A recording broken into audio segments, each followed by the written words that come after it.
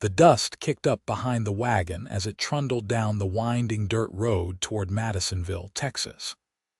Tessa Baker gripped the reins with white knuckles, one hand occasionally drifting to her swollen belly, her heart pounding with equal measures of exhaustion and fear.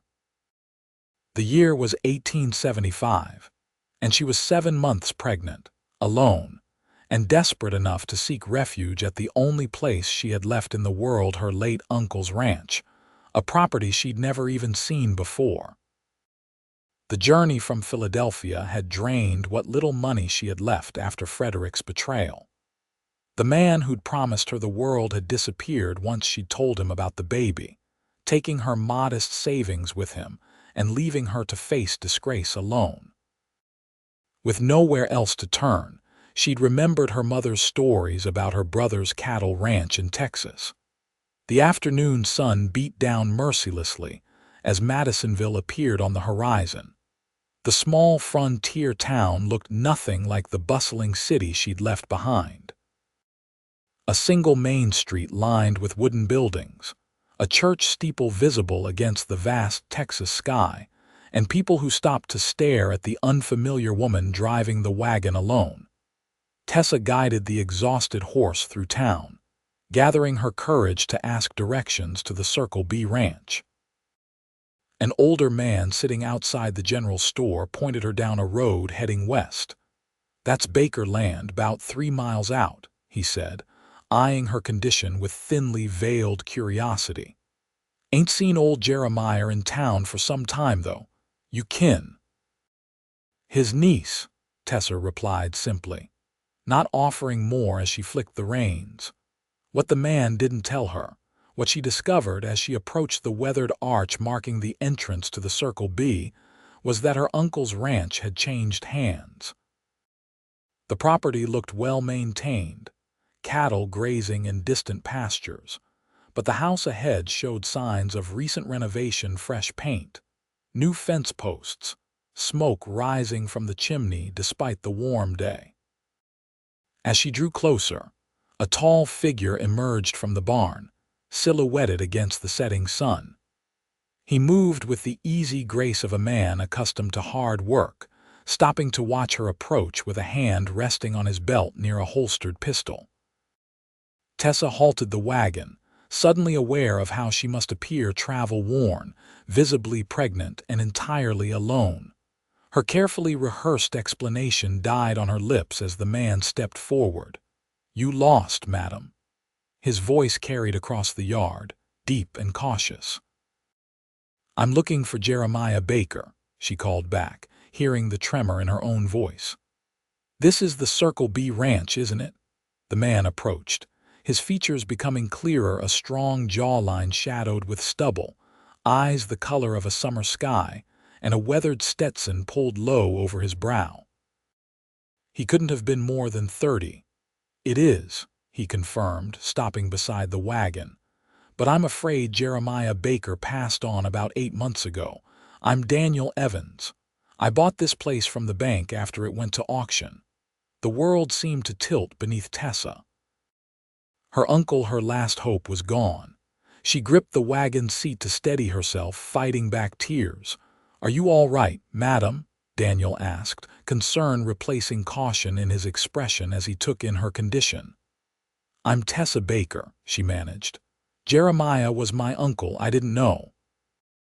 I came because—" Her voice broke and she felt a wave of dizziness wash over her. Daniel moved quickly, reaching to help her down from the wagon. "Easy now. Let's get you inside." She tried to protest, to maintain some dignity, but exhaustion and despair overwhelmed her. As Daniel guided her toward the house, she felt her knees buckle. Strong arms caught her before she hit the ground. The last thing she remembered was being lifted, the scent of leather and pine filling her senses as darkness claimed her. When Tessa awoke, she was lying on a bed in a sparsely furnished but clean room. A quilt had been tucked around her, and a lamp burned low on a nearby table. For a moment, she couldn't remember where she was, panic rising in her throat until the events of the day came rushing back. The door opened, and an older woman with gray-streaked hair entered carrying a tray. "Ah, you're awake," she said kindly. "Mr. Evans asked me to look after you. I'm Martha Wilson. I help around the ranch a couple days a week." "How long have I been asleep?" Tessa asked, struggling to sit up. "Just a couple hours," Martha replied, setting the tray down. "You gave Mr. Evans quite a scare. He rode into town to fetch me right quick when you fainted." "I'm sorry to be such trouble," Tessa murmured, embarrassment coloring her cheeks. Martha waved away her apology. "Nonsense. Any woman in your condition traveling alone has earned a rest. Now, you need to eat something." The simple meal of beef stew and cornbread was the best thing Tessa had tasted in weeks. As she ate, Martha bustled around the room, drawing a bath in a copper tub behind a screen in the corner. "Mr. Evans said you're Jeremiah Baker's niece," Tessa nodded. "My mother was his sister. She passed away last winter. She hesitated, uncertain how much to reveal. Martha's kind eyes held no judgment. "You don't have to explain anything to me, dear. Rest and get your strength back. Mr. Evans will be back soon." After Martha left, Tessa sank gratefully into the bath, washing away the dust of travel and trying to think clearly about what to do next. With her uncle dead and her last hope for shelter gone, where could she go? Her meager funds wouldn't get her back east, even if there had been anything to return to. The sound of boots on the porch announced Daniel's return. Tessa dressed quickly in the clean nightgown Martha had provided, wrapping herself in a shawl before opening the bedroom door. Daniel stood in the main room, hat in hand, speaking quietly with Martha. He looked up when Tessa appeared, his expression unreadable. "Miss Baker," he acknowledged with a slight nod. "Feeling better?" "Yes, thank you," she replied, moving cautiously into the room. "Mr. Evans, I can't thank you enough for your kindness, but I should be going." "I've imposed going where?" he interrupted, his tone more curious than challenging. The question hung in the air, and Tessa found she had no answer. "That's what I thought," Daniel said gently. "Martha's made up the spare room for you. You'll stay tonight and we can figure things out in the morning." "I couldn't possibly. It's getting dark," he continued, brooking no argument. "And from what Martha tells me, you're in no condition to be traveling alone." Martha nodded firmly. "He's right, dear. You need rest." Tessa wanted to protest further to maintain some semblance of independence, but the reality of her situation was undeniable. She had nowhere else to go, no one to turn to. "Just for tonight," she conceded finally, gratitude and resignation mingling in her voice. Daniel nodded once, seeming satisfied. "Martha's staying in the bunkhouse tonight. I'll be out there too, give you your privacy." The kindness of these strangers brought tears to Tessa's eyes that she quickly blinked away. "Thank you." After a simple supper, during which Daniel asked few questions and Tessa offered little information, Martha helped her back to the bedroom. The older woman's quiet efficiency was comforting as she turned down the bed and laid out fresh linens. "Mr. Evans is a good man," Martha said as she prepared to leave. "Hard-working, honest, keeps to himself mostly but respected in town." Tessa nodded, unsure why Martha felt the need to tell her this. "I'm just saying," the older woman continued with a knowing look. "There are worse places a woman in your situation could find herself."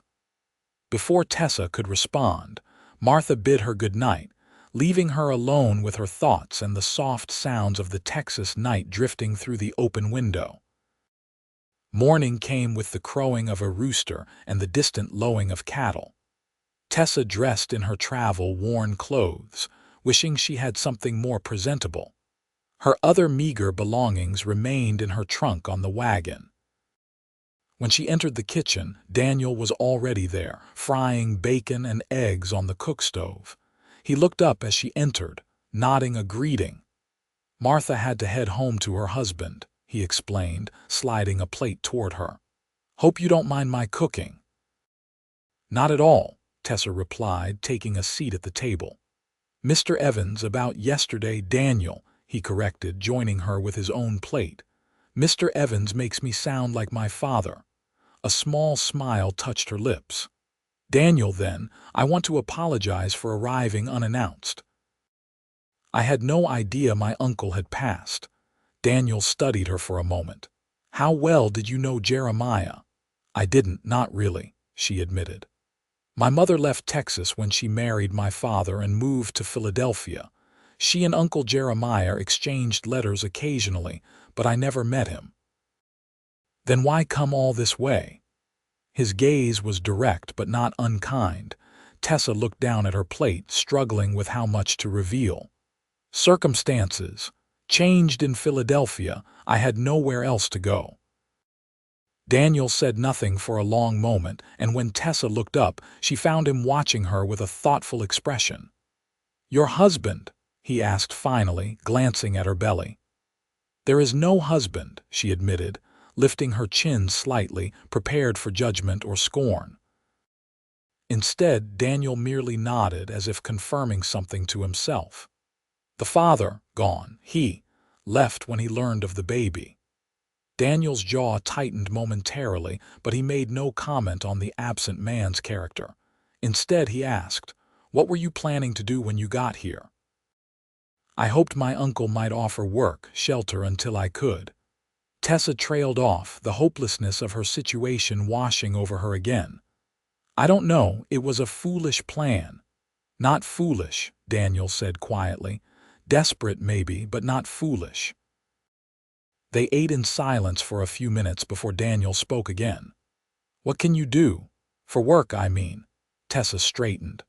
I was a school teacher in Philadelphia. I can read, write, keep accounts. I'm a good cook and I can sew. I'm not afraid of hard work, Mr. Daniel. He nodded, considering. Madisonville's got a schoolhouse, but they've already got a teacher. Town's not big enough for two. Tessa's heart sank further. I see.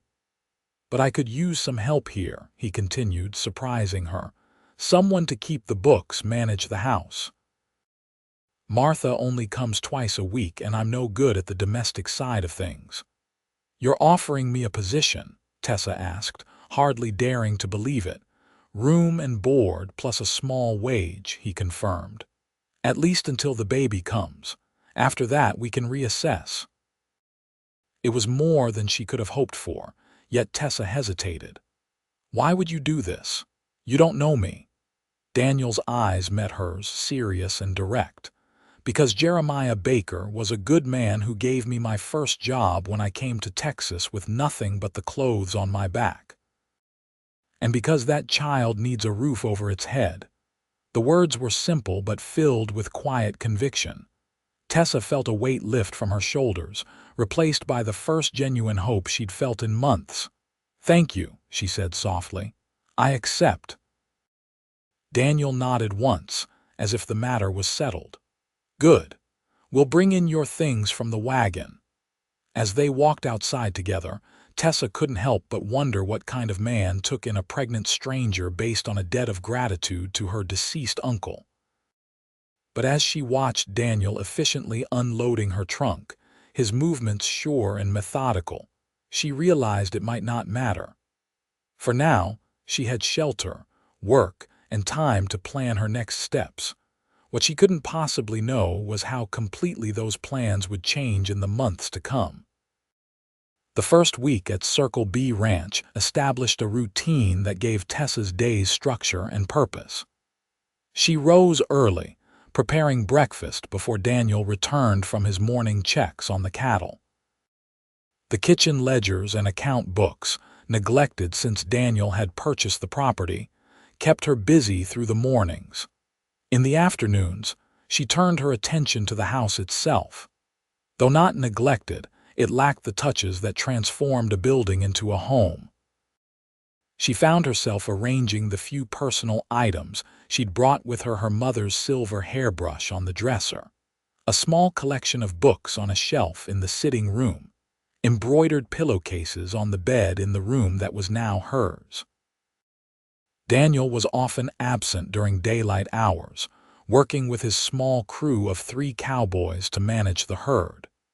He returned in the evenings dusty and tired, but he always thanked her for the meals she prepared and listened attentively as she reported on the state of the accounts. On her 5th day at the ranch, Tessa discovered a small room off the main living area that had been used for storage. Sunlight streamed through its east-facing window, illuminating the jumble of crates and forgotten furniture. "Would you mind if I cleared this room?" she asked Daniel that evening. "It would make a perfect nursery."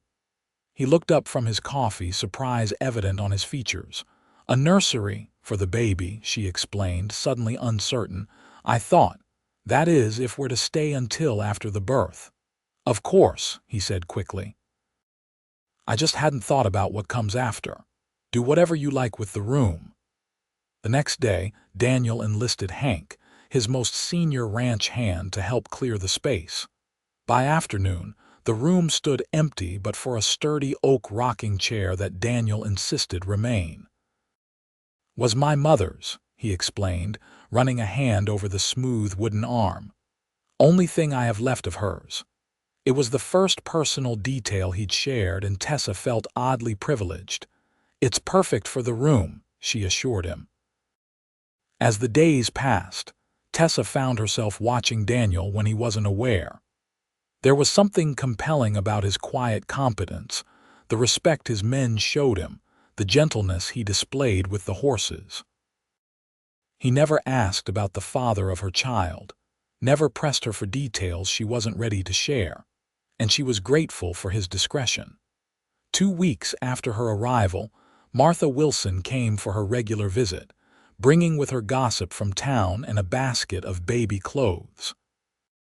"These belong to my grandson," she explained, laying out tiny shirts and blankets. "He's grown too big for them now, and I thought you might have use." Tessa's throat tightened with emotion as she fingered the soft fabrics. "That's very kind, Martha. Thank you." The older woman settled at the kitchen table, accepting a cup of tea. "How are you getting on with Mr. Evans?" "Well enough," Tessa replied carefully. "He's a fair employer." Martha's knowing smile suggested she heard more than Tessa had said. "He's changed since you arrived, you know. More talkative in town, asking about things a bachelor never cared about before baby cradles and the like." Tessa felt her cheeks warm.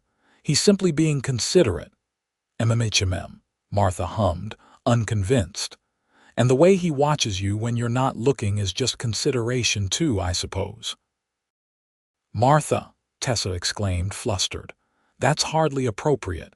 Mr. Evans has been nothing but a gentleman." "Of course he has," Martha agreed easily. "Daniel Evans is a good man, like I told you, but he's still a man and you're a beautiful young woman, expecting or not."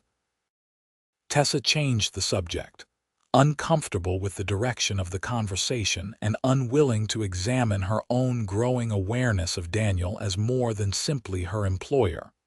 That evening, as she prepared supper, Martha's words returned unbidden. Did Daniel watch her when she wasn't looking?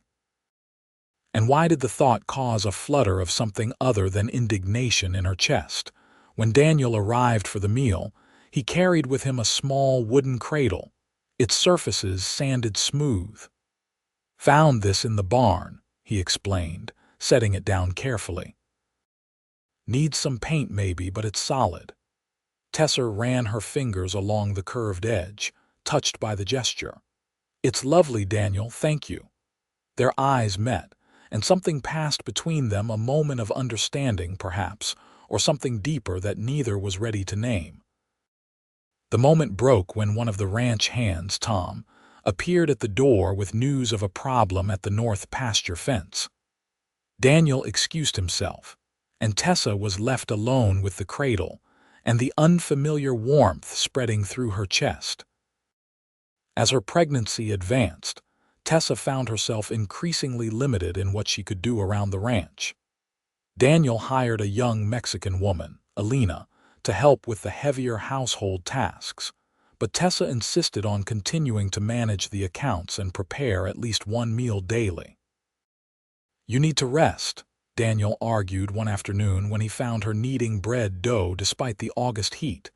I need to be useful, she countered. I can't just sit and wait for this child to arrive.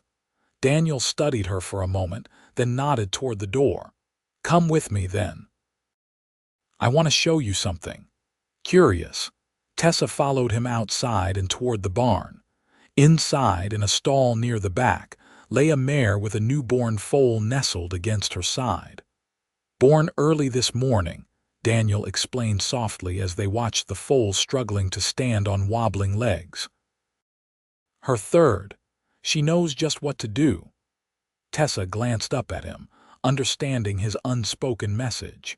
You're saying I should trust nature to take its course, the corner of his mouth lifted slightly. I'm saying that bringing new life into the world is hard work all by itself. No need to wear yourself out beforehand.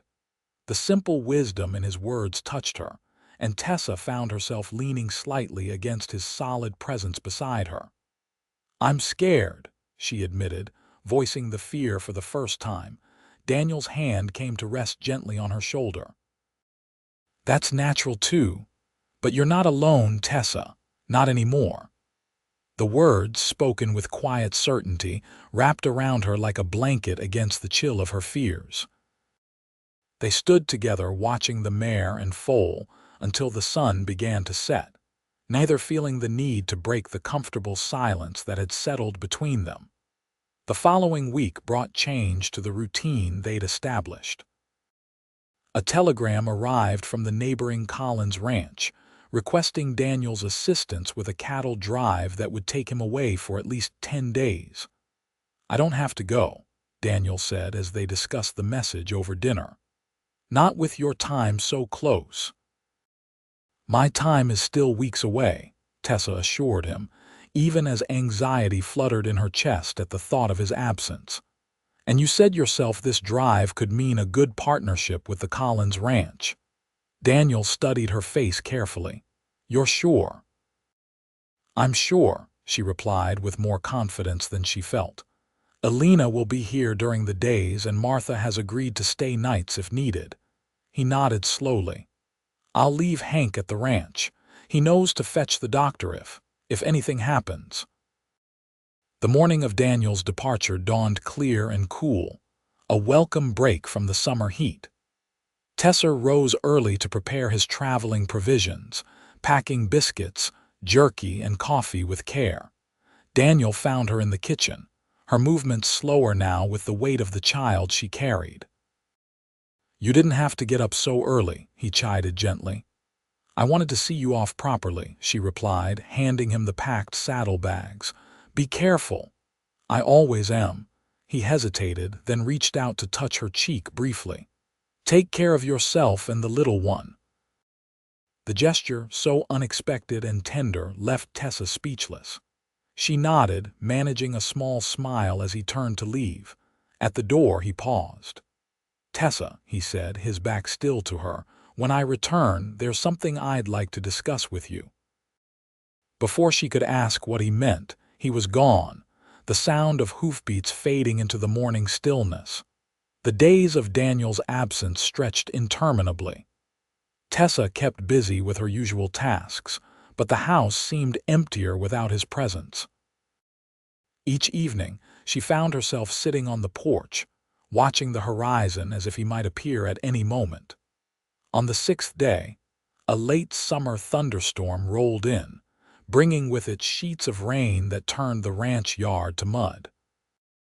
Tessa stood at the window, watching lightning illuminate the darkened landscape, when a sharp pain gripped her lower back, radiating around to her abdomen. She gripped the windowsill, breathing through the discomfort until it passed. Just practice contractions, she told herself. The doctor in Madisonville had warned her to expect them in the final weeks, but when a second pain followed stronger than the first, Tessa felt a flicker of alarm. It was too soon, nearly 3 weeks before her expected time. She made her way carefully to the door, intending to call for Hank in the bunkhouse, but another contraction doubled her over before she could open it. This time, There was no denying what was happening. The baby was coming, and Daniel was still days away. Through the window, Tessa could see that the rain had intensified, turning the yard into a muddy quagmire. Even if she could get word to town, the doctor might not be able to make it through the storm.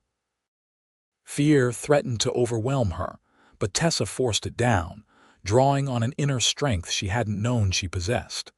She wasn't alone. Alina would arrive in the morning, and Hank was just across the yard. She would get through this. Moving slowly, she gathered clean linens and placed them in the bedroom, then heated water on the stove. Each task was punctuated by increasingly powerful contractions that left her gasping. As she was arranging towels beside the bed, a particularly strong pain caught her off guard. She cried out, clutching the bedpost as her knees buckled. Through the roaring in her ears, she heard the front door open, followed by the sound of boots on the wooden floor. "Tessa," Daniel's voice, concern evident even through her pain-induced haze. She looked up in disbelief as he appeared in the doorway, soaked to the skin, his expression changing from worry to alarm as he took in the scene. "The baby," she managed between breaths. "It's coming." Daniel was at her side in an instant, supporting her weight as another contraction seized her. "Easy," he murmured. "I've got you." "How are you here?" Tessa gasped when the pain subsided. Storm was coming, got the herd settled early and rode ahead. His eyes never left her face. "Good thing I did." With gentle efficiency, he helped her onto the bed, then stepped back, uncertainty replacing his initial decisiveness. "I'll get Hank to ride for the doctor." Tessa shook her head. "No time. Roads will be washed out." Another contraction gripped her, and she clutched at his hand. "Daniel, I'm scared." His fingers tightened around hers. "I know, but you're stronger than you think." He hesitated, then added, "I've helped birth calves and foals. It's not the same, but the principles aren't so different." In any other circumstance, Tessa might have laughed at the comparison. Instead, she found comfort in his practical approach. "Then you'll stay." "I'll stay," he promised, his blue eyes steady on hers. "We'll do this together." What followed was a blur of pain and effort unlike anything Tessa had ever experienced. Daniel proved to be a calm presence, wiping her brow with cool cloths, offering encouragement, and displaying none of the discomfort she might have expected from a bachelor faced with childbirth. Outside, the storm raged on, thunder crashing as if echoing the tumult within the small bedroom. Inside, two people who had been strangers mere months ago found themselves bound together in the ancient, awesome process of bringing new life into the world. "Almost there," Daniel assured her as dawn approached, the storm finally beginning to abate. "One more push, Tessa. You can do this." With a cry that seemed torn from the depths of her soul, Tessa gave a final push, and suddenly the room was filled with the indignant wail of a newborn. "A boy," Daniel announced, his voice thick with emotion as he wrapped the infant in a clean towel. "A strong, healthy boy." Tears streamed down Tessa's face as Daniel placed the tiny red-faced bundle in her arms. Through her exhaustion, a joy unlike any she'd known before washed over her as she gazed at her son's perfect features. "Hello, little one," she whispered, tracing a finger along his cheek. "Welcome to the world." She looked up to find Daniel watching them, something unreadable in his expression. "Thank you," she said softly. "I couldn't have done this without you." He shook his head, a smile touching his lips. "You would have found a way, but I'm glad I was here." As he turned to leave, to give her privacy with her newborn, Tessa called after him. "Daniel, what was it you wanted to discuss when you returned?" He paused in the doorway, his broad shoulders silhouetted against the early morning light now streaming through the windows. "It can wait," he said gently. "Rest now, both of you." As he closed the door behind him, Tessa looked down at her son, his tiny fist curled around her finger. "That's Daniel," she told him softly. "I think he might be the best man I've ever known." The baby blinked up at her, his unfocused eyes the same clear blue as the Texas sky after a storm, and Tessa couldn't help but notice the same shade as Daniel Evans's thoughtful gaze. The days following Thomas Jeremiah Baker's birth, named for Tessa's father, and her uncle passed in a haze of exhaustion and wonder. Daniel had ridden into town as soon as the roads cleared, returning with the doctor who pronounced both mother and child healthy despite the early arrival and unconventional circumstances. Word spread quickly through Madisonville about the dramatic birth during the storm, and visitors began to appear at the ranch, bearing gifts and barely concealed curiosity about the unmarried mother and her relationship with Daniel Evans. Martha Wilson was the first to voice what others merely implied. "People are talking," she told Tessa as they sat on the porch, Thomas sleeping peacefully in his cradle beside them. "About you and Daniel and the baby." "Let them talk," Tessa replied, though her cheeks warmed at the implication. "Daniel has been nothing but kind to me." "Kind, yes," Martha agreed. "But the way he looks at that child, at both of you, is more than kindness, dear." Tessa had noticed it too, the tenderness in Daniel's expression when he held Thomas, the protective way he positioned himself between Tessa and visitors who asked too many questions, the pride in his voice when he spoke of the boy's strong lungs. "He feels responsible for us," Tessa said, unwilling to acknowledge the hope that had begun to blossom in her heart. Martha snorted softly. "Is that what you think? That man isn't acting out of obligation, Tessa. He's acting like a man who's found something he never knew he was missing." Before Tessa could respond, the sound of horses approaching drew their attention. Daniel appeared, leading a small group of riders that included Sheriff Williams from town. "Afternoon, ladies," the sheriff greeted them, tipping his hat. "Hope we're not interrupting." "Not at all," Tessa replied, rising carefully with a hand on her lower back. 3 weeks after Thomas's birth, she was still regaining her strength. "What brings you out this way, Sheriff?" The lawman's expression turned grave. "Had some trouble in town last night?" "A man asking questions about a woman matching your description, Miss Baker. Said he was looking for his wife."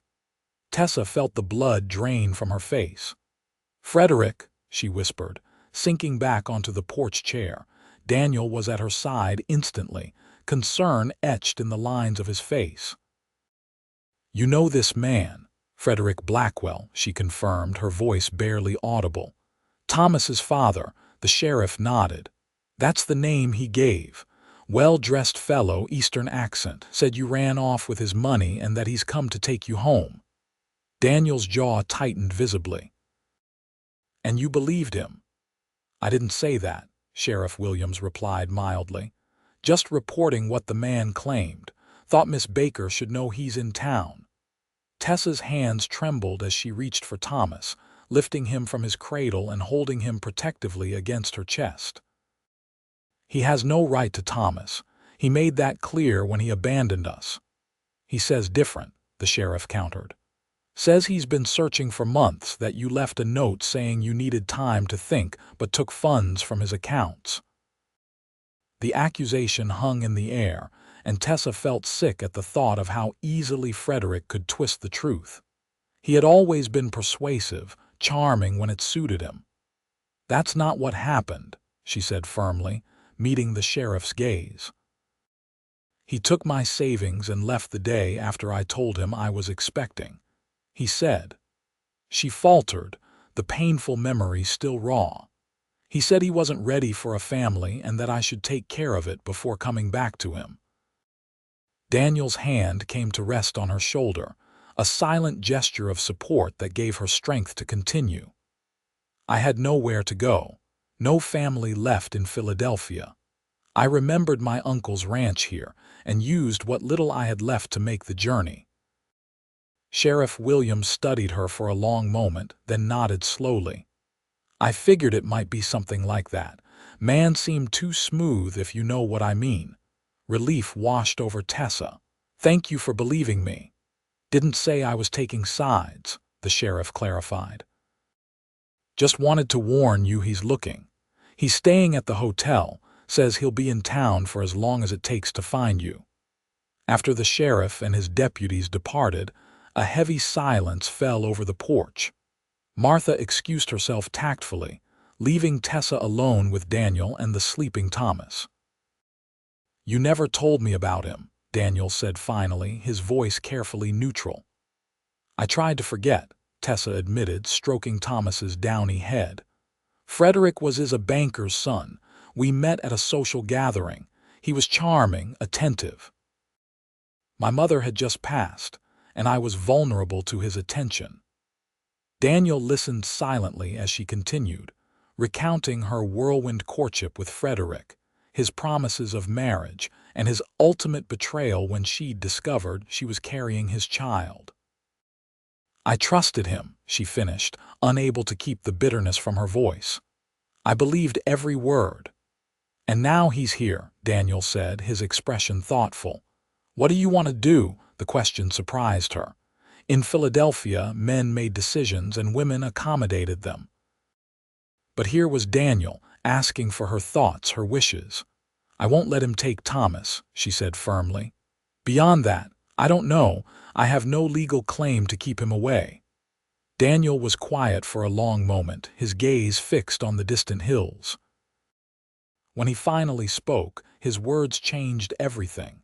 Marry me. Tessa stared at him, certain she'd misheard.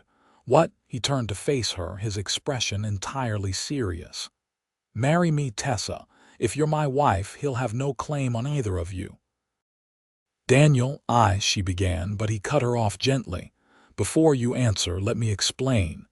This isn't just about Blackwell. It's what I wanted to discuss when I returned from the cattle drive. He took a deep breath, as if gathering his courage. I've watched you these past months, seen your strength, your kindness, the way you've made this house a home. I've grown to care for you, Tessa, more than I thought possible. His eyes dropped to Thomas, sleeping peacefully in her arms. And that boy, he deserves a father who'll stand by him, teach him what a man should be. I'd be honored to be that for him. Tears filled Tessa's eyes at the simple honesty in his words. But what about love? She whispered. Daniel reached out, his calloused fingers gently wiping away a tear that had escaped down her cheek. I believe that's what I'm feeling, he admitted. But even if you don't feel the same yet, I'll wait. We can build something good together, Tessa. I believe that with all my heart. The sincerity in his blue eyes left no room for doubt. This wasn't a proposal born of pity or obligation, but of genuine feeling and respect. Yes, Tessa heard herself say, the word escaping before she'd fully formed the thought. Yes, I'll marry you, Daniel. His face transformed with a smile unlike any she'd seen from him before, open, joyful, lighting his features in a way that made her breath catch. Tomorrow, he said decisively. We'll ride into town first thing and see the preacher.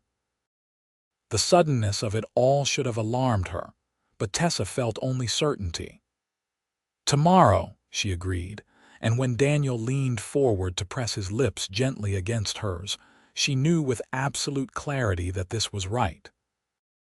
It wasn't the passionate romance she'd once dreamed of, perhaps, but it was something deeper, a partnership based on mutual respect and growing affection, with the promise of love blossoming between them.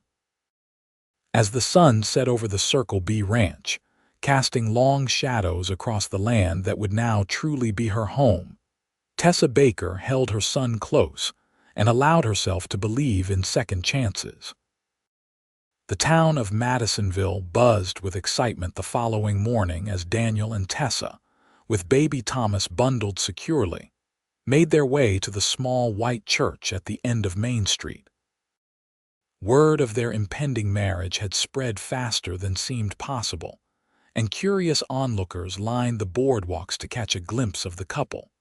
Reverend Johnson welcomed them warmly, though his eyebrows rose slightly at their request for an immediate ceremony. "Normally, I'd suggest banns be read," he began.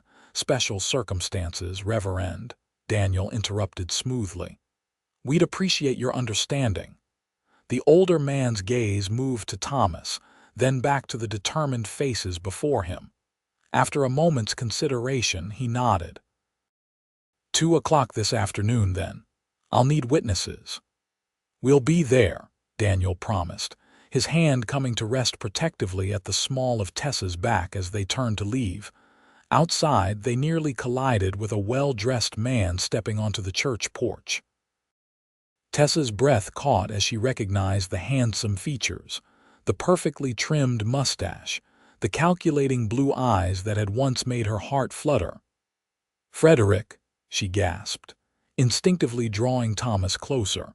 Frederick Blackwell's expression shifted rapidly from surprise to triumph. "Tessa, my dear, I've been searching everywhere for you." His gaze dropped to the infant in her arms, and a shadow crossed his face. "I see you didn't follow my advice about handling the situation." Daniel moved slightly forward, positioning himself between Tessa and Frederick. "Mr. Blackwell, I presume." Frederick's eyes flicked dismissively over Daniel's practical clothing and sun-weathered features. "And you are Daniel Evans, Miss Baker's fiancé." The announcement hung in the air between them, Frederick's confident smile faltering momentarily before reasserting itself. "Fiancé? How interesting, considering Tessa is already promised to me." "That's not true," Tessa said firmly, finding her voice. "You made your feelings quite clear when you left, Frederick. You wanted nothing to do with me or our child." Frederick's expression hardened. "A momentary weakness, my dear. I've come to make amends, to bring you and the child home where you belong." "This is her home now," Daniel stated, his tone brooking no argument. "And we're to be married this afternoon." A crowd had begun to gather, townspeople drawn by the confrontation unfolding on the church steps. Frederick glanced around, seemingly calculating his position before his charming smile returned. "Perhaps we should continue this discussion privately," he suggested smoothly. "Family matters, after all." "We have nothing to discuss," Tessa replied, surprised by the steadiness in her voice. "Please leave, Frederick. Go back to Philadelphia." Frederick's smile never wavered, but his eyes grew cold. "You misunderstand, Tessa. I'm not asking." He reached into his jacket, withdrawing folded papers. "I have documentation here stating that I am the father of your child and have every legal right to claim him and you as my wife, should I choose to be generous." Sheriff Williams, who had been observing from across the street, approached the group. "Everything all right here?" "Fine, Sheriff," Daniel answered, his gaze never leaving Frederick. "Mr. Blackwell was just leaving." "Actually," Frederick countered, "I was explaining to Miss Baker that she has certain legal obligations." "These papers mean nothing in Texas," the sheriff interrupted, having glimpsed the Eastern law firm's letterhead. "Whatever claim you think you have, it doesn't hold water here, especially not against a husband's rights." Frederick's confident demeanor faltered. "Husband? They're not yet married." "No," Daniel agreed, "but we will be this afternoon. And in the meantime, Miss Baker and her son are under my protection on my property." He stepped closer to Frederick, his voice dropping. "I suggest you consider very carefully what you do next, Blackwell. Texas isn't Philadelphia." The implied threat wasn't lost on Frederick, whose face flushed with anger. "This isn't over," he warned, looking past Daniel to Tessa. "That's my son, and I won't leave without him." As he stormed away, Tessa found herself trembling, the confrontation having taken more from her than she'd realized. Daniel's arm came around her shoulders, steady and warm. "He can't take Thomas," he assured her, though uncertainty lingered in his eyes as they watched Frederick disappear into the hotel. "We won't let him." The wedding proceeded as planned that afternoon, with Martha Wilson and Hank serving as witnesses. Tessa wore her best dress, a simple blue cotton that Martha had helped alter to fit her post-pregnancy figure, and carried a small bouquet of wildflowers gathered by Alina that morning. Daniel, cleanly shaven and wearing a new shirt, waited for her at the altar with an expression that made Tessa's heart skip. There was no hesitation in his vows, no hint of reservation as he promised to cherish and protect her and Thomas for all his days. When Tessa spoke her own vows, she was surprised by the emotion welling within her. This marriage might have begun as a practical solution to Frederick's threat, but standing before Daniel, seeing the tenderness in his eyes, she knew it had become something far more meaningful. "I now pronounce you man and wife," Reverend Johnson declared, beaming at the couple. "Mr. Evans, you may kiss your bride." Daniel's kiss was gentle but sure, his hand coming up to cradle her cheek as their lips met. When they parted, his smile held a promise that made Tessa's cheeks flush. "Mrs. Evans," he murmured, the name rolling off his tongue as if he'd been waiting to say it. The small gathering of well-wishers, mostly ranch hands and townspeople, who'd heard about the hasty ceremony, cheered as they exited the church. Martha had arranged a modest celebration at the town's small restaurant, where chicken and dumplings, cornbread, and apple pie were served amid congratulations and good-natured teasing. Through it all, Tessa was acutely aware of Frederick's absence, both relieved and uneasy.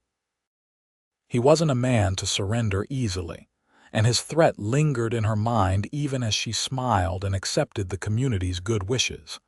Daniel, too, seemed watchful, his gaze frequently scanning the room as if expecting trouble.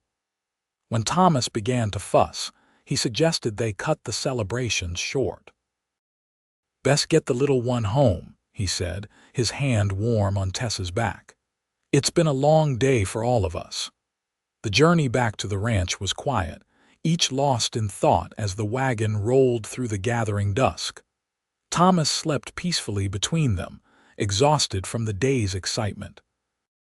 As they approached the Circle B, Tessa broke the silence. "You think he'll really try to take Thomas?" Daniel's hands tightened on the reins. "I don't know, but if he does, he'll have to go through me first." The quiet conviction in his voice was more reassuring than any elaborate promise could have been.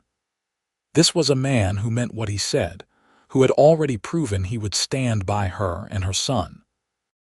At the ranch house, Daniel helped her down from the wagon, then surprised her by lifting her into his arms to carry her across the threshold. "Tradition," he explained with a shy smile that transformed his usually serious features. Inside, they moved with the awkward awareness of newlyweds, both conscious of the changed nature of their relationship. Daniel built a fire against the evening chill while Tessa settled Thomas in his cradle, now positioned in the small nursery they had prepared together. When she returned to the main room, Daniel stood by the fireplace, his tall frame outlined by the flickering light. He turned at her approach, and something in his expression made her breath catch. "Tessa," he began, his voice deeper than usual, "I want you to know this marriage is real to me. Not just a means to protect you from Blackwell." She moved closer, drawn by the sincerity in his words. "It's real to me too," she admitted softly. "When I came here, I never expected to find this." His hand reached out to brush a strand of hair from her face, the touch sending warmth through her. "I'm not good with pretty words," he said, "but I promise to be a good husband to you and a father to Thomas." "You already are," Tessa whispered, rising on tiptoe to press her lips to his. The kiss deepened, hesitancy giving way to a growing passion neither had fully acknowledged until this moment. Daniel's arms encircled her waist, drawing her closer, and Tessa felt herself responding with a desire that surprised her in its intensity. When they finally parted, both breathless, Daniel rested his forehead against hers. "I should check on the horses," he murmured, though he made no move to release her. Tessa smiled, understanding his hesitance, his unwillingness to presume. "The horses can wait," she told him softly. "Your wife is asking you to stay." His answering smile was all the response she needed as he took her hand and led her toward what was now their bedroom. Later, as moonlight spilled through the window and Daniel slept beside her, Tessa reflected on the strange turns her life had taken. 6 months ago, she had been desperate and alone, carrying a child whose father had rejected them both. Now she was married to a man whose quiet strength and honor had created a safe haven for her and Thomas. It wasn't the life she had planned, but as she drifted toward sleep in the circle of Daniel's arms, Tessa realized it was better than anything she could have imagined. The honeymoon period for the newlyweds was brief but sweet. Daniel proved to be a considerate husband, finding small ways to ease Tessa's adjustment to ranch life and motherhood. He built shelves for her growing collection of books, brought wildflowers from the pasture when he returned from long days with the herd, and spent evenings cradling Thomas, telling the wide-eyed infant stories about horses and cattle drives. Tessa watched their bonding with a heart full to bursting, seeing the father she had always hoped her son would have. Daniel never referred to Thomas as anything but "my boy," his pride evident whenever visitors remarked on the baby's strong grip or alert gaze. For 2 weeks, there was no sign of Frederick Blackwell, and Tessa began to hope he had returned east, accepting that his plans had been thwarted. But such hope proved premature. On a crisp September morning, as Tessa hung laundry in the yard with Thomas sleeping nearby in a basket, the sound of approaching hoofbeats drew her attention. Frederick appeared on a rented horse, impeccably dressed despite the dust of travel, his expression resolute. "Good morning, Tessa," he called, dismounting with the awkward movements of a man unaccustomed to horseback. "You're looking well. Motherhood agrees with you." Tessa positioned herself between Frederick and the basket containing Thomas. "What are you doing here, Frederick?" "I told you to go back to Philadelphia." "I've come for what's mine," he replied simply, approaching with measured steps. "Your hasty marriage doesn't change the fact that the child is my blood." "You forfeited any right to call him yours when you abandoned us," Tessa retorted, her fear giving way to anger. "Thomas is Daniel's son now in every way that matters." Frederick's handsome features hardened. How touching, the rancher playing father to my heir. "But sentiment doesn't change reality, my dear." He reached inside his jacket, producing a folded document. "I have here a court order from Pennsylvania granting me custody of the child. Your husband may have delayed matters, but he cannot prevent what's legally mine." Tessa's heart hammered in her chest, but she stood her ground. "That paper means nothing here. Daniel and I are married under Texas law, and Thomas is our son." "Actually," Frederick countered smoothly, "I've consulted with a lawyer in Austin. Your marriage, while recognized, doesn't automatically grant Evan's paternal rights to a child born before the union, especially when the biological father can be proven and is claiming his rights." The confidence in his tone sent a chill through Tessa. Was what he said true? Could he really take Thomas despite everything? "Daniel won't let you," she stated, trying to sound more certain than she felt. "Ah, but where is your gallant husband now?"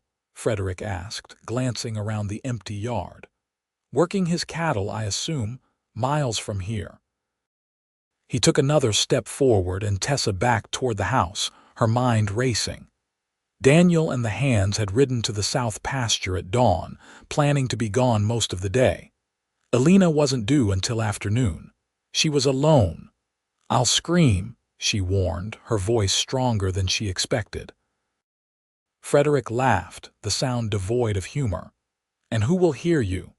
Be reasonable, Tessa. This can be simple. Give me my son and I'll leave peacefully."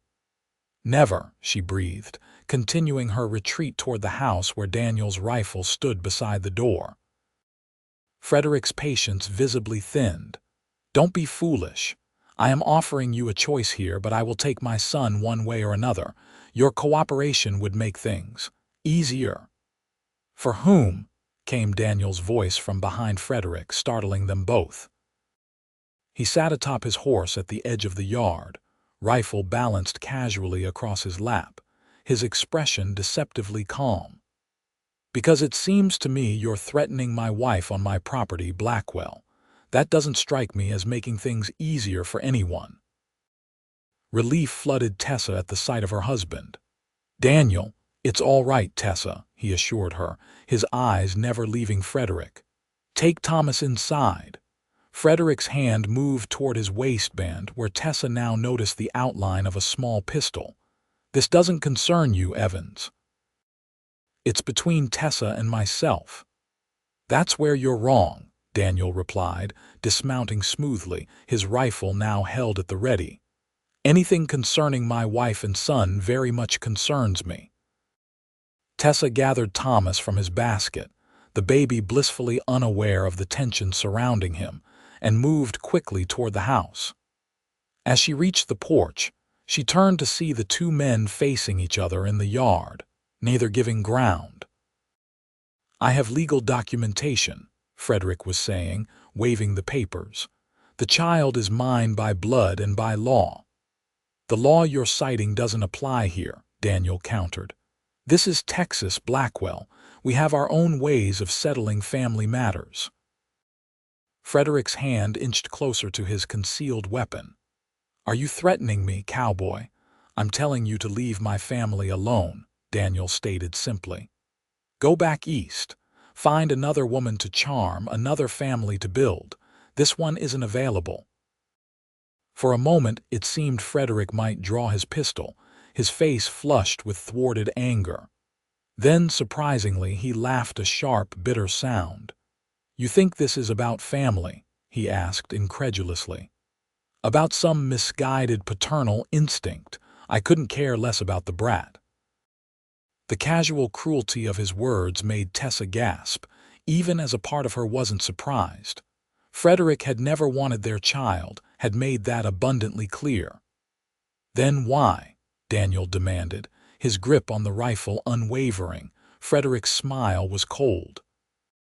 "Because the child is a Baker and through him, heir to considerable assets." Understanding dawned on Tessa's face.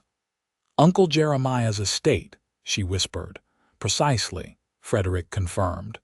"Your uncle's banking investments in Philadelphia were quite substantial." As his only living relative, or rather, as the father of his only living relative, I stand to control those assets once certain legal matters are arranged. Daniel's expression darkened. "So this isn't about Thomas at all. It's about money." "It's always about money," Frederick replied with a shrug. Tessa was an acceptable match, respectable family, pleasing appearance but hardly worth the inconvenience of fatherhood, until I learned of her uncle's holdings. He turned to Tessa, his tone almost conversational. "Did you know, my dear, about the investments? The bank accounts in Boston and New York?" "No, I can see you didn't." Jeremiah was quite the silent partner in several lucrative ventures. Tessa shook her head, bewildered. Her mother had mentioned that Uncle Jeremiah had done well for himself, but nothing about significant wealth. "You're lying." "I assure you I'm not," Frederick said. "My father's bank handled some of Jeremiah's transactions. When you mentioned your uncle's name, I made inquiries. Imagine my surprise at discovering the cantankerous old rancher was worth a small fortune." Daniel took a step forward, his patience clearly at an end. "Whatever money you think exists, it's not worth your life, Blackwell, and that's what you're risking if you try to take my son." The implicit threat hung in the air between them, Frederick's confidence visibly faltering as he reassessed the determined man before him. After a tense moment, he carefully adjusted his jacket, covering the pistol once more. "This isn't over, Evans," he said, his tone less certain than before. "I'll return with proper authorities." "You do that," Daniel replied evenly. "But know this, if you set foot on Circle B land again, I won't be so restrained." Frederick backed toward his horse, his composure cracking around the edges. "Tell Tessa to consider my offer. The child for her uncle's fortune. It's more than fair." "Get off my property," Daniel stated flatly, raising the rifle slightly. With a final glare, Frederick mounted his horse and rode away, the set of his shoulders suggesting this was a tactical retreat rather than a surrender.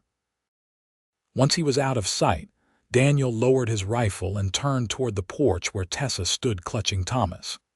In 3 long strides, he was beside her, his arm coming around her shoulders. "Are you all right?" he asked, his voice gentler now, concern replacing the steel that had faced Frederick. Tessa nodded, though she was trembling slightly.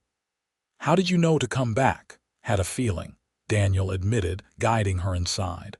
"Something didn't sit right about Blackwell giving up so easily. I told the boys to continue without me and doubled back." Once inside, he took Thomas from her, cradling the baby with a tenderness that contrasted sharply with his earlier confrontation. "He won't touch either of you," he promised. "Not while I draw breath." Tessa believed him, but Frederick's revelations had left her unsettled. "Do you think he's telling the truth? About Uncle Jeremiah's investments?" Daniel considered the question as he settled into a chair, Thomas nestled securely in the crook of his arm. "It's possible. Jeremiah was a private man, kept his affairs close. The ranch was mortgaged when he died, that's how I was able to buy it from the bank, but that doesn't mean he didn't have other holdings." "If it's true," Tessa said slowly, "then Thomas truly is the heir to a fortune. And that makes him valuable to Blackwell," Daniel concluded, his expression grave. "Not as a son, but as a means to an end." The thought chilled her. Frederick had never wanted their child, had urged her to take care of it, rather than face the responsibilities of fatherhood. But now that money was involved, he was willing to tear Thomas away from the only home he'd known. "What do we do?" she asked, sitting beside Daniel and resting her head against his shoulder. Daniel's arm tightened around her. "First, we confirm if what he's saying is true. I'll send a telegram to a lawyer friend in Austin tomorrow. If Jeremiah did have investments back east, there will be records. And if it's true, then we protect what's rightfully Thomas's," Daniel said firmly. "Whatever wealth exists belongs to him, not Blackwell. We'll make sure it's secured for his future." The simple way he included himself in Thomas's future, our son, will protect, filled Tessa's heart with warmth despite the circumstances. This man, who had taken in a pregnant stranger and now faced down threats for a child not his by blood, was everything Frederick Blackwell was not. "I love you," she said suddenly, the words rising unbidden from the depths of her being. Daniel looked down at her, surprise and joy transforming his features. "Say that again," he murmured. "I love you, Daniel Evans," Tessa repeated, certain now of what her heart had been telling her for weeks. "Not because you protect us, or because you gave us a home when we had none, but because of who you are." His free hand came up to cradle her face, his thumb brushing gently across her cheekbone. "I've loved you since the day you fainted in my yard," he admitted with a small smile. "Too proud to ask for help even when you needed it most." Their lips met in a kiss that was both tender and passionate, a reaffirmation of the bond that had grown between them. Thomas squirmed between them, as if demanding to be included in the moment, and they broke apart laughing. "And I love you too, little man," Daniel told the baby, lifting him to eye level. "No matter what happens with Blackwell or your grandfather's money, you're my son. Nothing will ever change that." As Tessa watched the man she loved making faces at their giggling son, she knew with absolute certainty that whatever challenges lay ahead, they would face them together as a family. The following weeks brought a flurry of activity to the Circle B ranch. Daniel's telegram to Austin confirmed Frederick's claims Jeremiah Baker had indeed maintained significant investments in Eastern banks and businesses, amounting to a small fortune that rightfully belonged to his last living relative, now Thomas Evans. Daniel hired a respected lawyer from San Antonio, a gray-haired man named James Montgomery, who specialized in estate matters. His arrival at the ranch coincided with the season's first cold snap, and they gathered around the fireplace as he explained the legal situation. "Your uncle was cleverer than most," Montgomery told Tessa, adjusting his spectacles as he reviewed the documents spread before him. "He maintained the appearance of a simple rancher while quietly building quite an impressive portfolio. Why didn't he use some of that money to save the ranch when times got hard?" Daniel wondered aloud, bouncing Thomas on his knee. "The bank was foreclosing when he passed." Montgomery nodded thoughtfully. "From what I've gathered, Jeremiah Baker was extraordinarily private about his wealth. He may have been concerned that using Eastern funds would draw attention to his investments, attention he clearly preferred to avoid." "And now all of it belongs to Thomas?" Tessa asked, still struggling to comprehend the magnitude of her uncle's hidden wealth. "As his sole heir, yes," the lawyer confirmed. "However, as a minor, Thomas requires a legal guardian to manage these assets until he comes of age." Daniel's arm tightened protectively around the baby. "That would be us, his parents." Montgomery's expression grew cautious. "That's where matters become complicated. As Thomas's mother, Mrs. Evans has a strong claim to guardianship. However, Blackwell is asserting his rights as biological father," Tessa finished, her stomach clenching at the thought. "Precisely," Montgomery agreed. "He's filed petitions in both Pennsylvania and Texas courts. His attorneys are quite persistent." Daniel's jaw tightened visibly.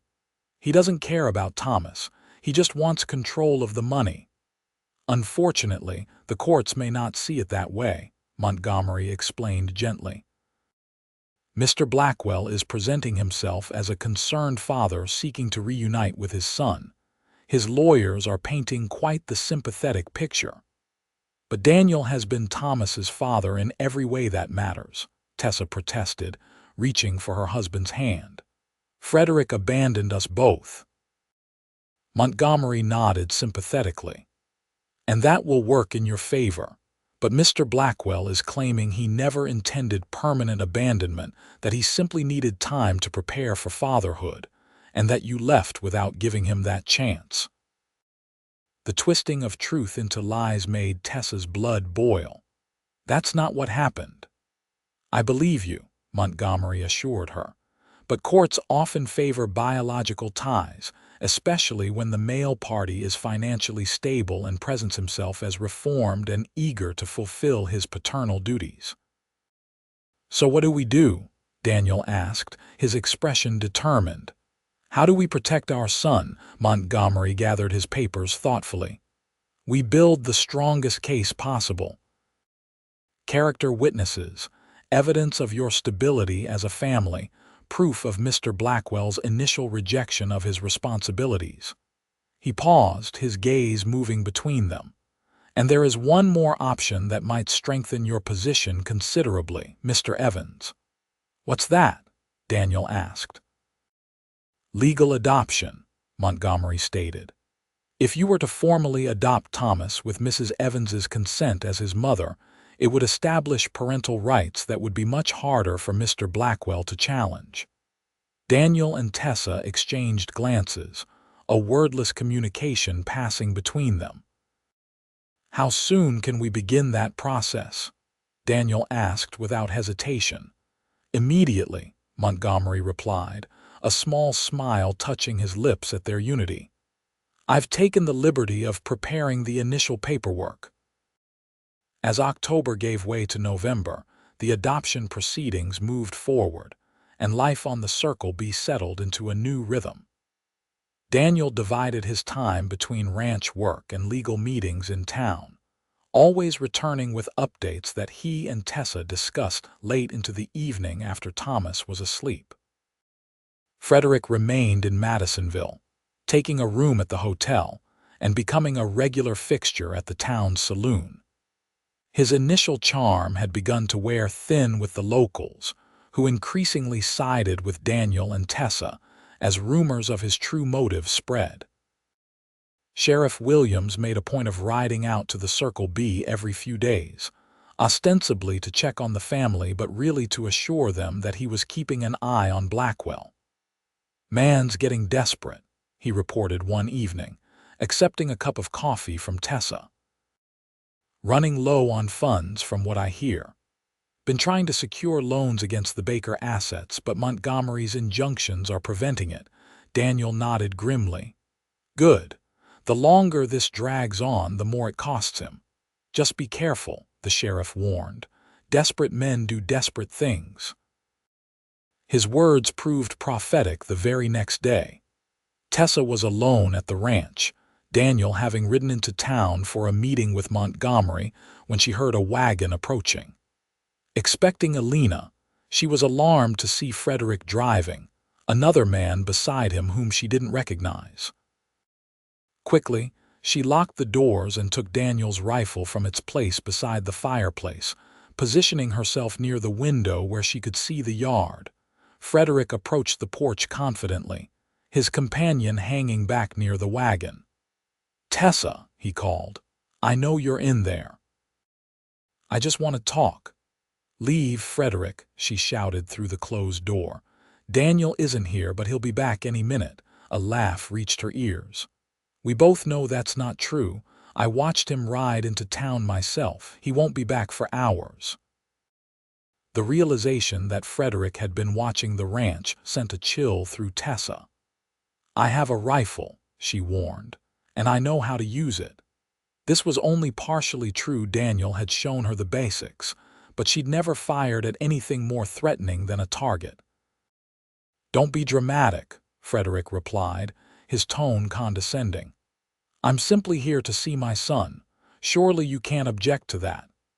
"Thomas is sleeping," Tessa lied, thankful that the baby was actually contentedly playing in his crib in the nursery. Frederick's patience visibly thinned. "Tessa, be reasonable. The courts will eventually rule in my favor. You're only delaying the inevitable and incurring unnecessary legal expenses." When she didn't respond, his tone hardened. "I'm prepared to be generous. Let me see the boy now, and I'll arrange for you to have visitation rights once the matter is settled. Continue fighting me, and you'll never see him again once I take him east." The threat ignited a fire in Tessa's chest, burning away her fear and replacing it with resolute anger. "You will never take my son," she stated firmly. "Not today, not ever." Frederick's handsome features contorted with rage. "We'll see about that." He gestured to his companion, who approached carrying what appeared to be tools. With growing horror, Tessa realized they intended to break in. Her hands trembling, she raised the rifle to her shoulder, aiming through the window. "Step away from the house, Frederick, or I swear I'll shoot." Frederick hesitated, clearly not having expected such resistance. "You wouldn't dare," he challenged, though uncertainty tinged his voice.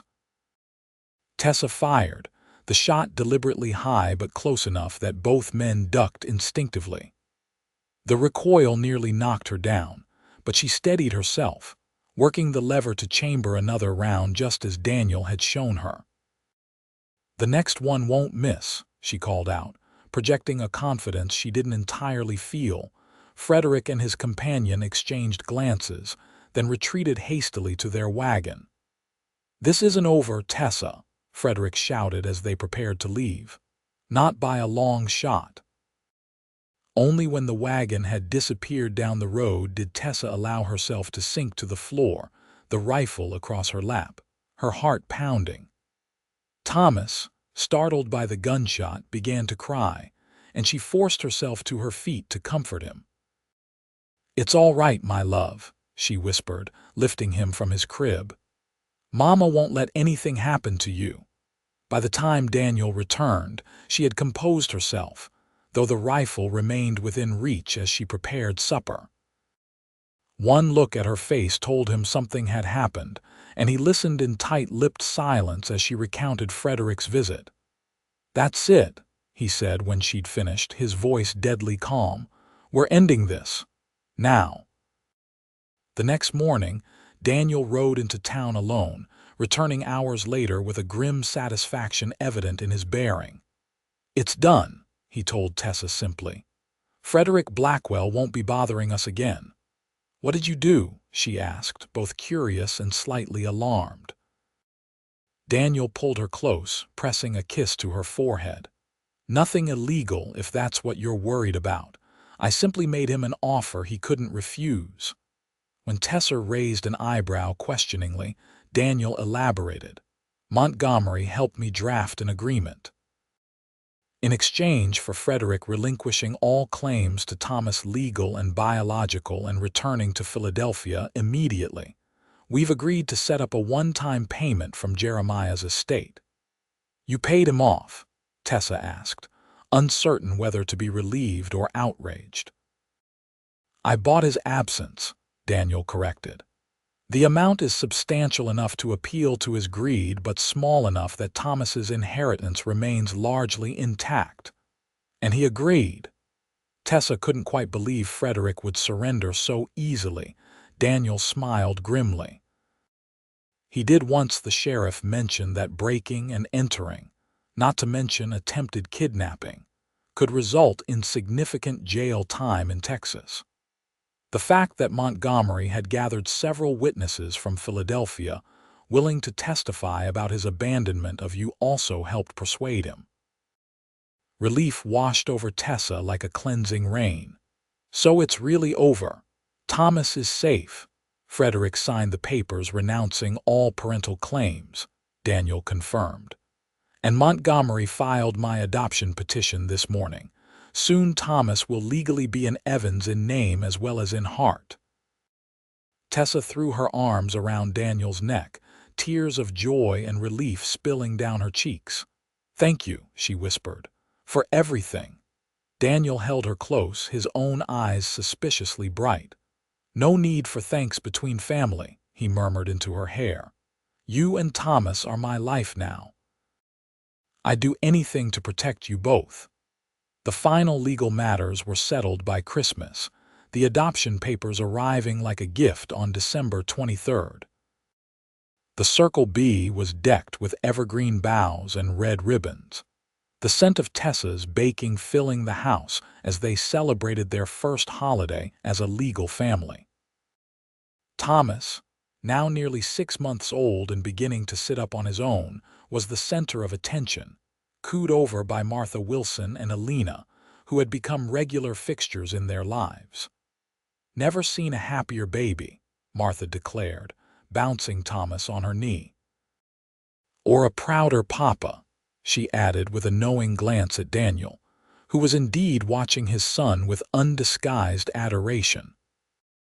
That night, after their guests had departed and Thomas was asleep in his crib, Daniel and Tessa stood before the fireplace, his arms wrapped around her from behind as they watched the dancing flames.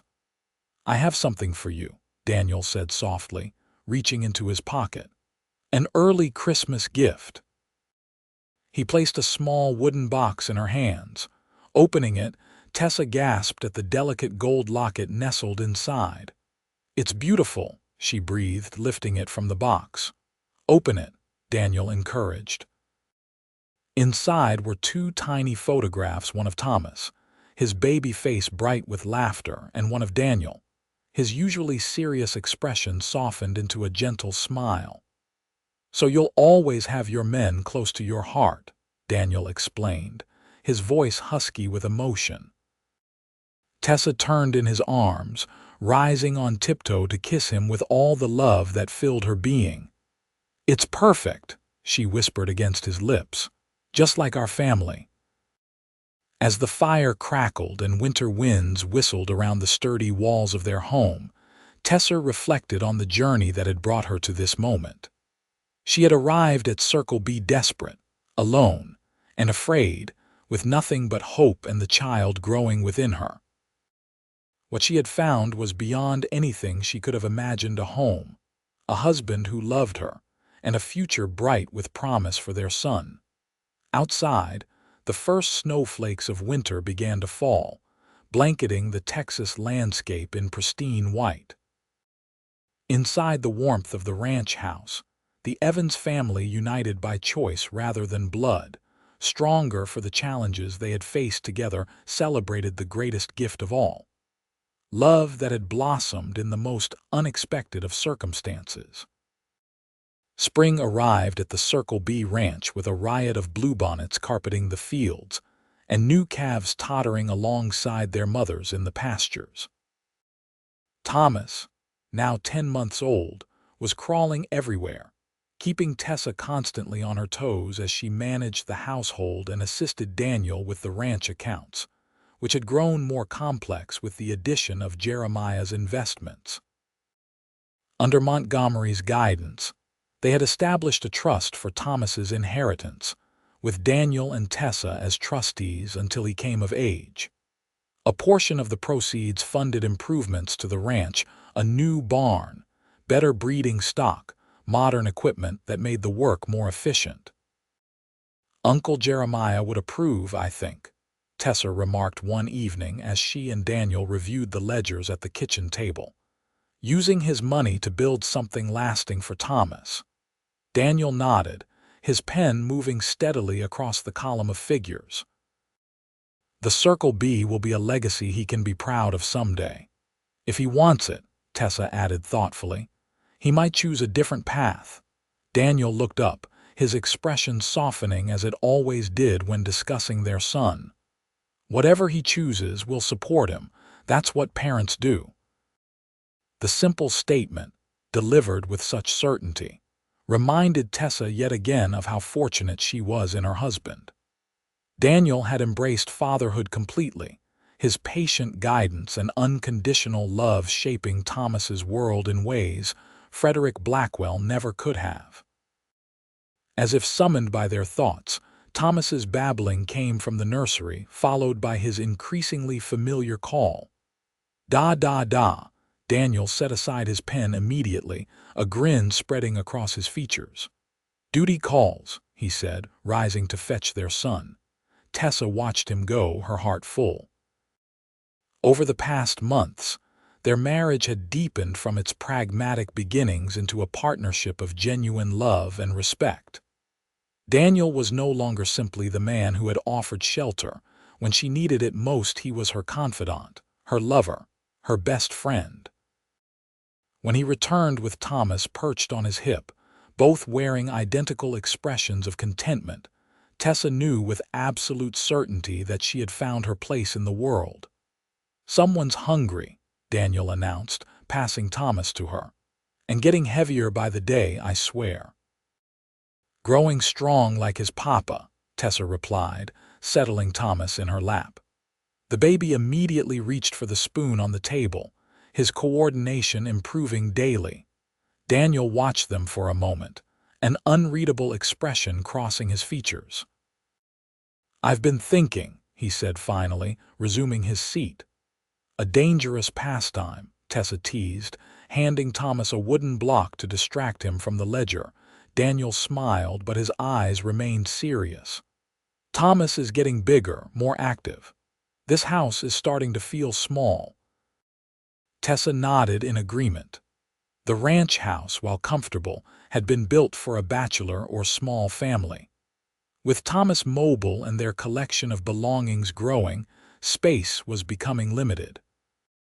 "I've drawn up some plans," Daniel continued, pulling a folded paper from his pocket and spreading it on the table. For an addition, 2 more bedrooms, a larger kitchen, maybe a proper study for the accounts. Tessa studied the rough sketch, impressed by his foresight. "It looks wonderful," she agreed. "When would you start?" "That's the thing," Daniel said, a hint of hesitation entering his voice. "I was thinking we might need the extra room sooner than later." Tessa looked up, puzzled by his tone. "What do you mean?" Daniel reached across the table to take her free hand, his thumb tracing gentle circles on her palm. "I mean, Thomas might need a brother or sister before too long." The implication of his words sent a rush of warmth through Tessa.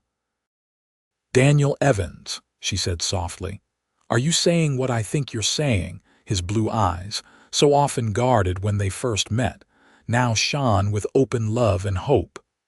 "I'm saying I want our family to grow if you're willing.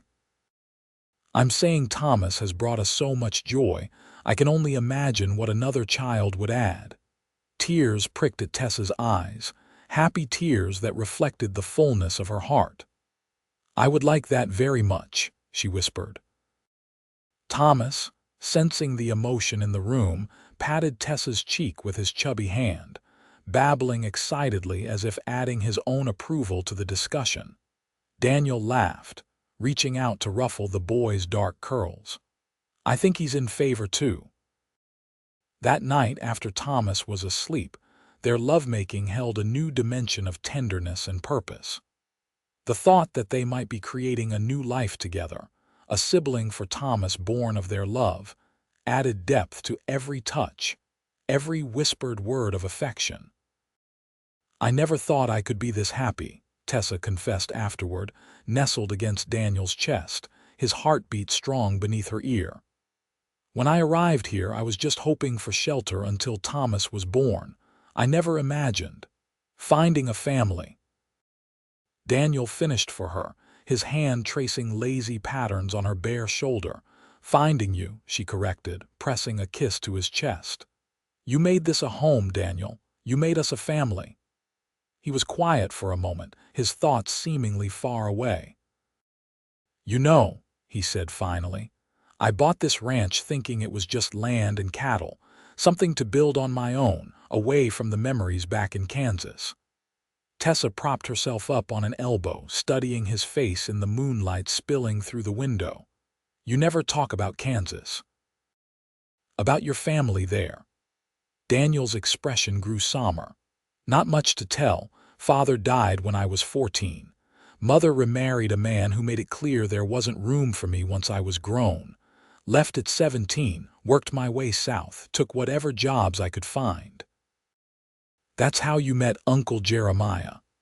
Tessa prompted gently.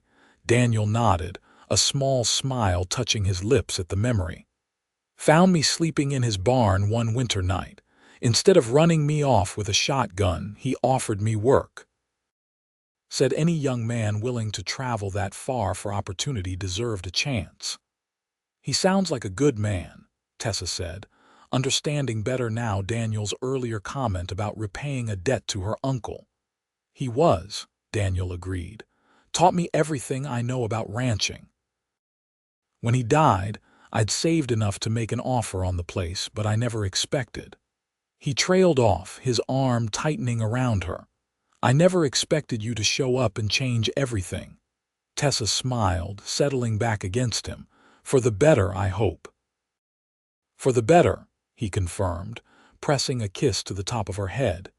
"Definitely for the better."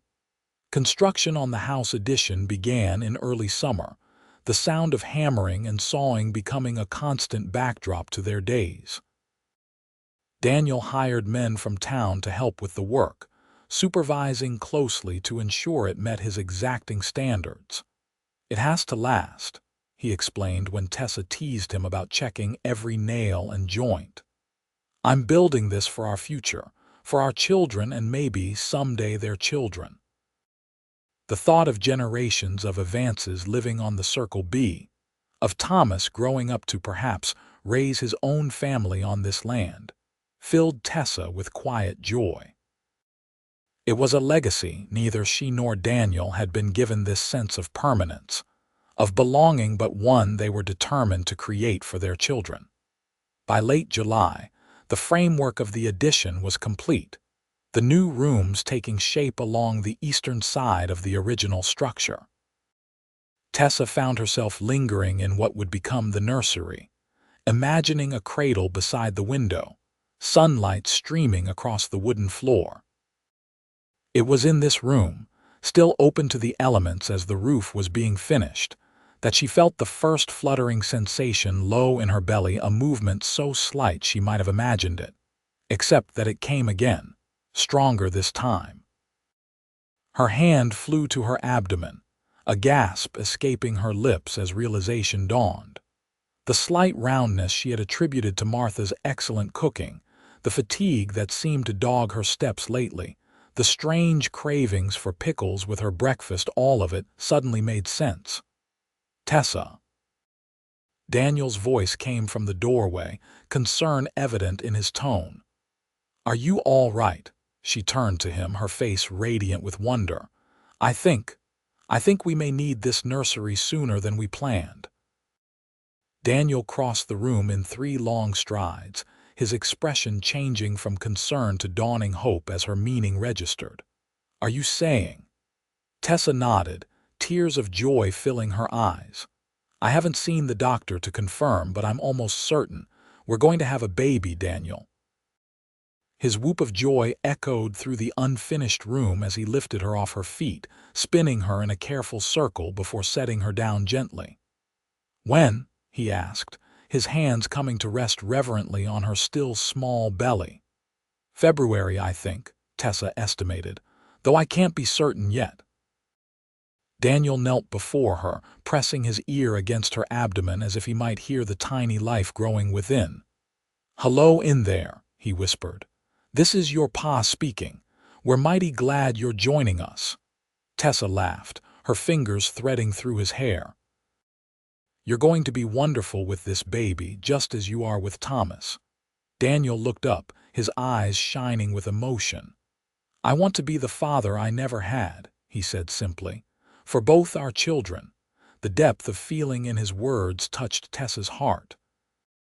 This man, who had known abandonment and hardship in his youth, had channeled those experiences not into bitterness but into a profound commitment to his own family.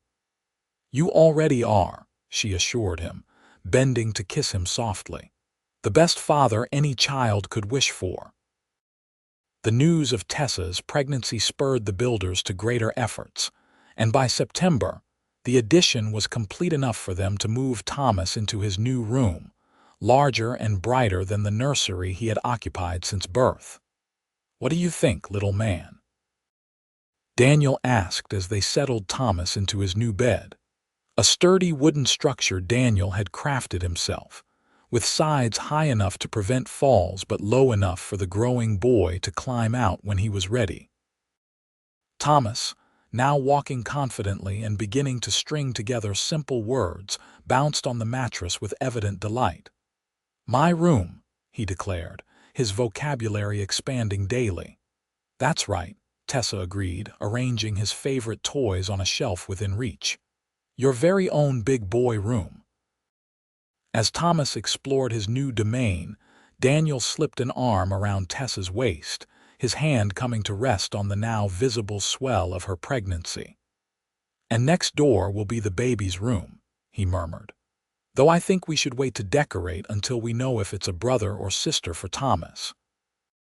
Tessa leaned into his embrace, content in the knowledge that their family was growing exactly as it should be.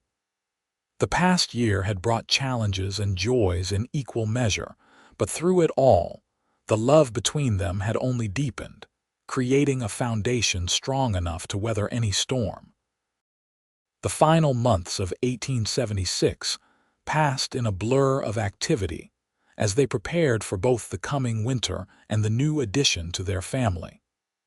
The Circle B prospered under Daniel's careful management, the cattle herd growing along with his reputation as one of the most reliable ranchers in the county. Tessa divided her time between caring for Thomas, now a cheerful, curious toddler, and putting the finishing touches on the nursery. Martha Wilson visited regularly, bringing knitted blankets and tiny clothes, along with practical advice for managing 2 young children. "It won't be easy," she warned Tessa one afternoon as they sorted baby garments, "especially with Thomas at such an active age, but seeing them together, watching them become friends, there's nothing like it." Tessa smiled, her hand resting on her rounded belly where the new baby kicked vigorously. "Daniel's already talking about teaching them both to ride as soon as they're old enough. He has such dreams for them." Martha nodded approvingly. "As it should be. Every child deserves parents who dream big for them." Christmas that year was a joyous affair, the expanded house decorated with pine boughs and red ribbons. Thomas, now old enough to understand the excitement, tore into his presents with abandon, delighting in the wooden horse Daniel had carved and the picture books Tessa had ordered from a catalog. As they sat before the fire that evening, Thomas fast asleep between them after the day's excitement, Daniel reached into his pocket and withdrew a small package tied with silver ribbon. "One more gift," he said, placing it in Tessa's hands. Inside the wrapping, she found a delicate silver charm bracelet, already bearing 3 tiny charms, a horseshoe, a book, and a heart. "The horseshoe for the ranch," Daniel explained, fastening it around her wrist. "The book for your love of reading, which I hope you'll pass to our children. And the heart for love," Tessa finished, her eyes misting with tears. "It's beautiful, Daniel. There's room for more charms," he continued, his finger tracing the empty links, "for all the children and adventures yet to come." The promise of future joy contained in that simple statement filled Tessa with contentment.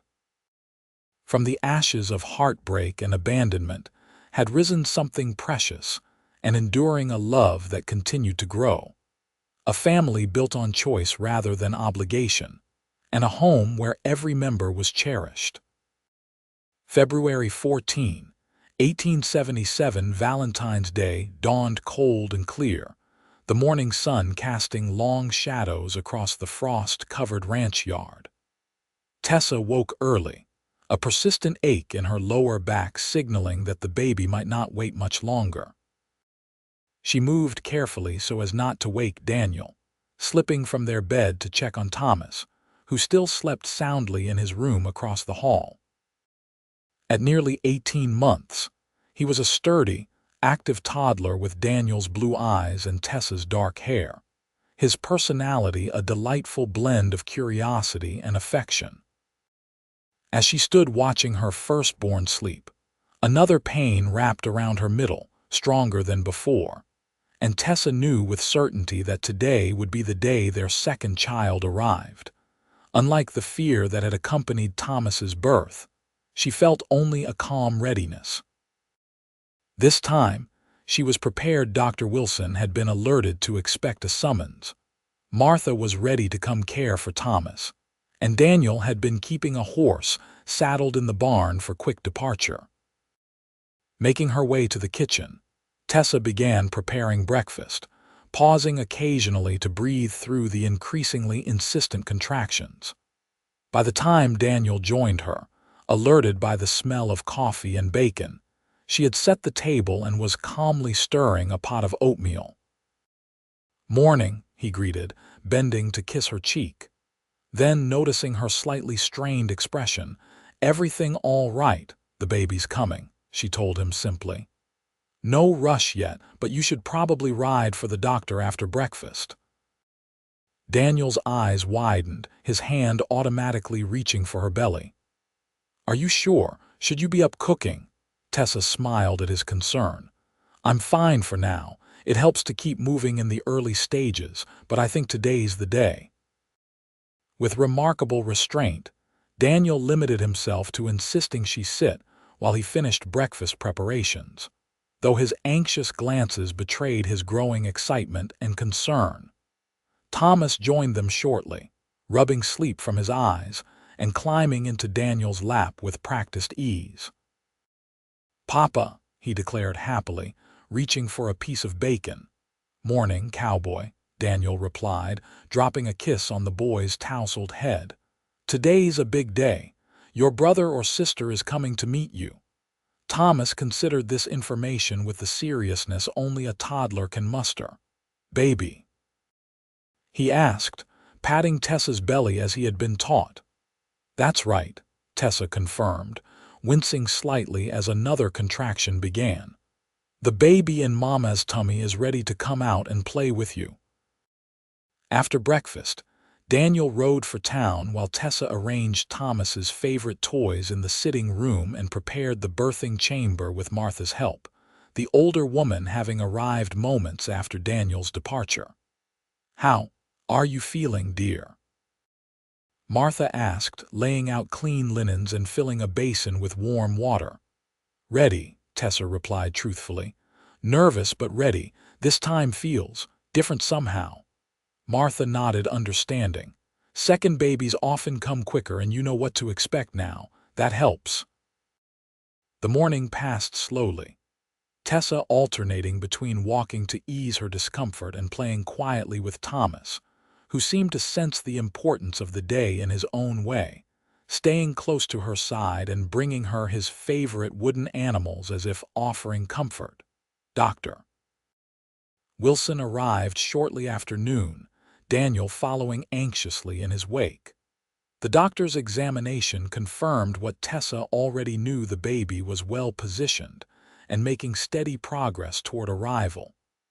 "Won't be long now," he pronounced, washing his hands in the basin Martha provided. "Perhaps a few more hours."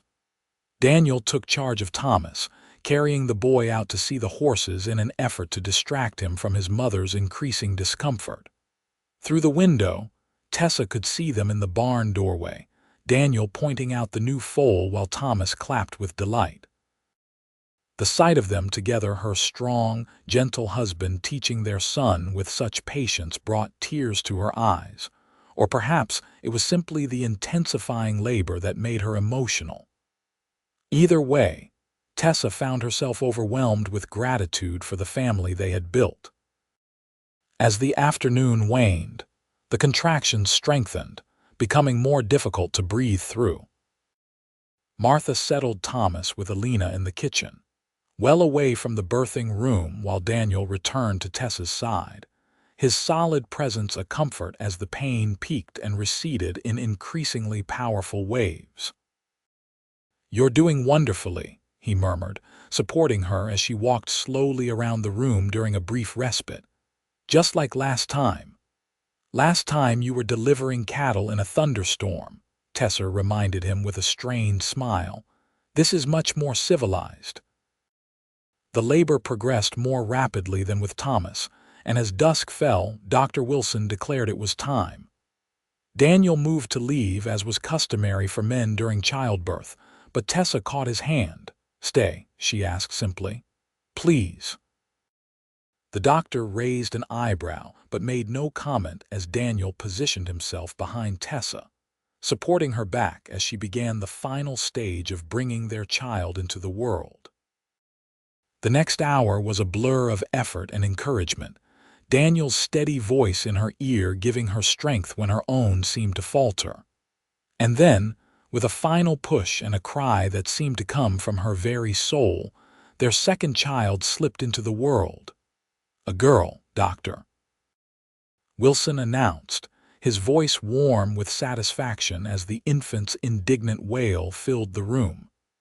"A fine, healthy daughter." Joy unlike anything Tessa had known washed over her as the tiny red-faced bundle was placed on her chest. "Hello, sweetheart," she whispered, tears streaming down her face as she counted perfect fingers and toes. "Welcome to our family." Daniel's arms encircled them both, his own eyes suspiciously bright as he gazed at his daughter. "She's beautiful," he murmured, touching the downy dark hair that already covered the baby's head. "Perfect, just like her mama." After the necessary clean-up and examinations, during which Dr. Wilson pronounced both mother and child to be doing exceptionally well. Martha brought a wide-eyed Thomas to meet his sister.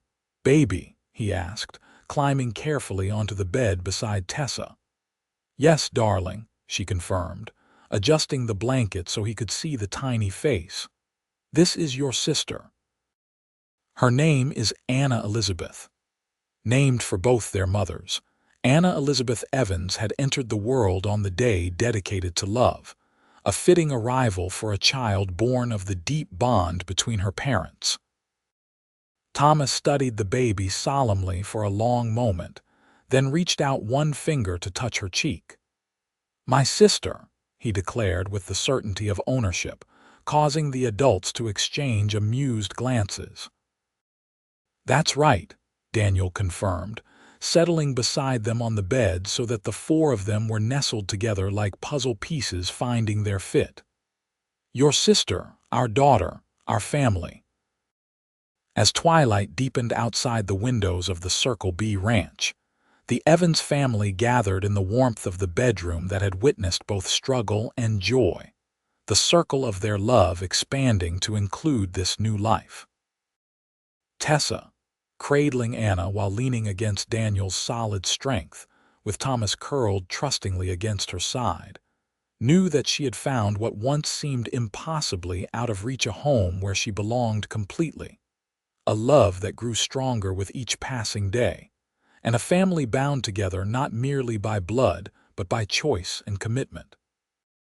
The journey that had begun in desperation, with a pregnant and alone young woman arriving at a stranger's ranch, had led to this moment of perfect contentment. The cowboy who had declared that her child needed a father had become that and so much more, a husband, a partner, the cornerstone of the life they were building together. As Anna's tiny hand curled around her finger with surprising strength, Tessa met Daniel's gaze over their daughter's head and saw reflected there the same certainty that filled her heart, that whatever challenges the future might hold, they would face them together, their love for each other and their children a beacon guiding them forward into all the days to come.